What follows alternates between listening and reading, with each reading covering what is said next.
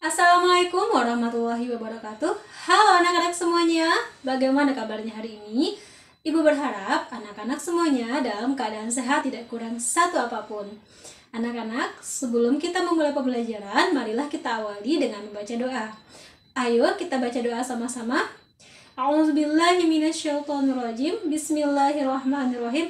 Rabbi shrahli sadri wa yassirli amri wahlul 'uqdatam min lisani yafqahu qawli. Amin.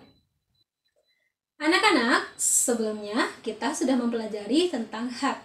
Masih ingat kan apa itu hak? Ya, benar sekali. Hak adalah segala sesuatu yang harus kita dapatkan, mulai dari sebelum lahir sampai kita dilahirkan ke dunia ini. Nah, pada pertemuan kali ini kita akan mempelajari tentang kewajiban. Apa itu kewajiban? Ya, kewajiban adalah segala sesuatu yang harus dilakukan dengan penuh tanggung jawab untuk mendapatkan hak. Jadi anak-anak, jika ingin mendapatkan haknya, penuhi dulu kewajibannya, ya. Jadi kewajibannya tidak asal melepaskan kewajiban saja, tapi harus dilakukan dengan penuh tanggung jawab. Nah, apa saja sih macam-macam kewajiban yang harus kita penuhi? Banyak sekali ya, mulai dari lingkungan rumah, lingkungan sekolah, dan lingkungan masyarakat. Mari kita bahas satu persatu. Nah, gambar yang Bu Tirta sajikan ini merupakan salah satu bentuk kewajiban kita yang ada di rumah atau di lingkungan keluarga, yakni menjaga kebersihan rumah. Jadi kebersihan rumah ini adalah kewajiban dari setiap anggota dari keluarga itu sendiri, baik itu anak, baik itu orang tuanya, ya. Bukan berarti kalian, Bu, kita masih kecil, Bu, kita nggak bisa bantu-bantu. Tidak, jadi semuanya terlibat untuk menjaga kebersihan rumah. Siapa yang sudah melakukan seperti yang ada di gambar? Ya, membantu ibu membersihkan kaca, lap meja, ya. Ini biasanya sangat sering terjadi kalau menjelang lebarannya, nanti dibantu ya orang tuanya untuk membersihkan rumah ya, karena itu merupakan salah satu kewajiban kalian sebagai seorang anak. Nah, kewajiban selanjutnya yang harus dipenuhi untuk mendapatkan haknya yakni patuh kepada orang tua. Jadi kalau orang tuanya ngomong tuh didengar ya nak ya. Misalnya ada larangan ya dipatuhi larangannya. Semua orang tua itu pasti menginginkan yang terbaik untuk anak-anaknya. Jadi tidak ada orang tua yang ingin mencelakai anaknya. Jadi tolong patuhi orang tuanya, hormati orang tuanya ya. Jadi kalau orang tuanya melarang, nah jangan terlalu banyak main game, itu karena orang tua mengkhawatirkan kondisi kesehatan anak-anak semua. Jadi tolong patuhi kedua orang tuanya. Jadi jalankan kewajibannya sebagai seorang anak yang ada dalam sebuah keluarga. Selanjutnya ada juga membantu orang tua. Nah, seperti gambar yang Bu Tirta sajikan ini, ada seorang anak yang melipat kain. Sudah bisa belum anak-anak kelas 4 untuk membantu orang tuanya melipat pakaian? Bisa ya nak ya? Sudah rapi ya? Nah, pintar sekali yang sudah bisa membantu orang tuanya melipat pakaian ya, meringankan pekerjaan orang tua ya. Itu merupakan salah satu bentuk kewajiban kita sebagai seorang anak. Sekarang kita bergerak ke lingkungan yang sedikit lebih ramai dari lingkungan rumah kita, yakni lingkungan sekolah. Nah, ini insya Allah beberapa bulan ke depan anak-anak akan kembali melaksanakan sekolah seperti sedia kala ya, datang ke sekolah. Nah, anak-anak, salah satu kewajiban yang harus anak-anak penuhi yaitu menaati semua peraturan di sekolah ya, ditaati, dipatuhi ya. Nah, salah satunya yakni datang ke sekolah tepat pada waktunya. Jika kamu masuknya jam 7 pagi, ya berarti datang ke sekolahnya sebelum jam 7, paling tidak jam 6.45.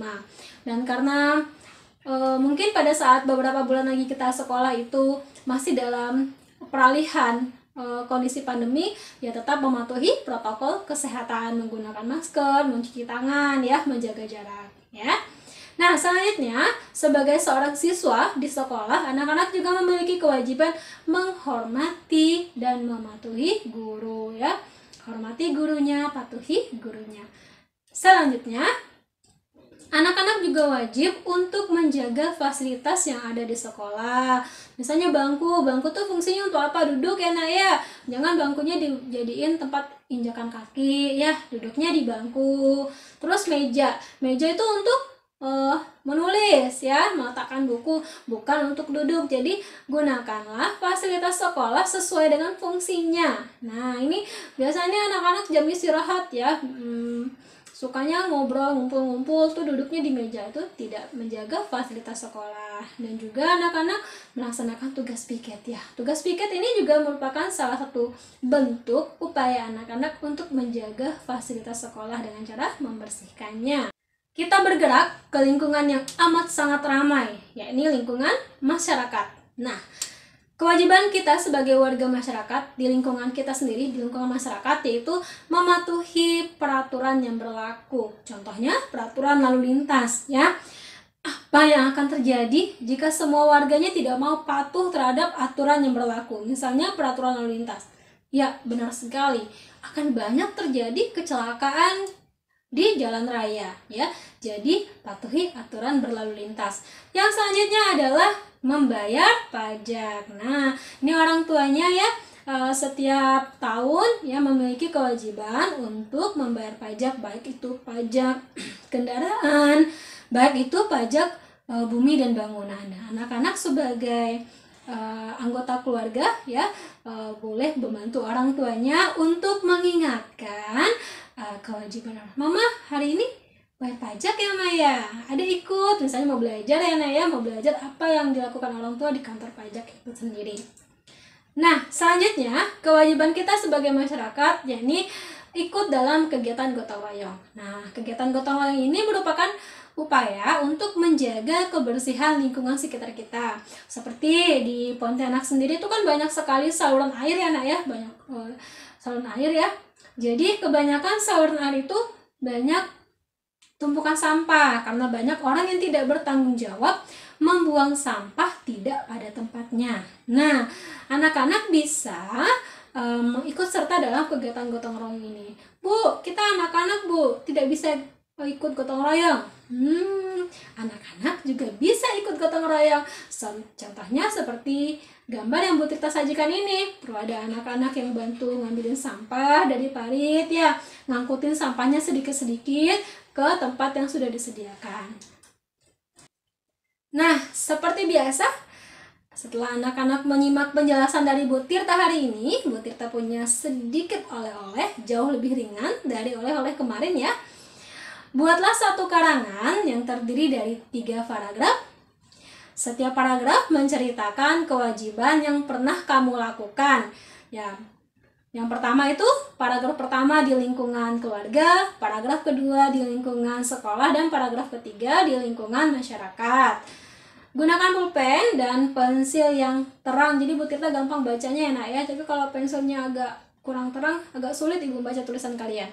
Ingat, gunakan tulisan tegak bersambung ya. Kalau sudah selesai, tugasnya difoto, kemudian dikirim ke classroom. Terima kasih Ibu ucapkan atas perhatian hari ini. Ibu akhiri, Assalamualaikum warahmatullahi wabarakatuh. Sampai jumpa.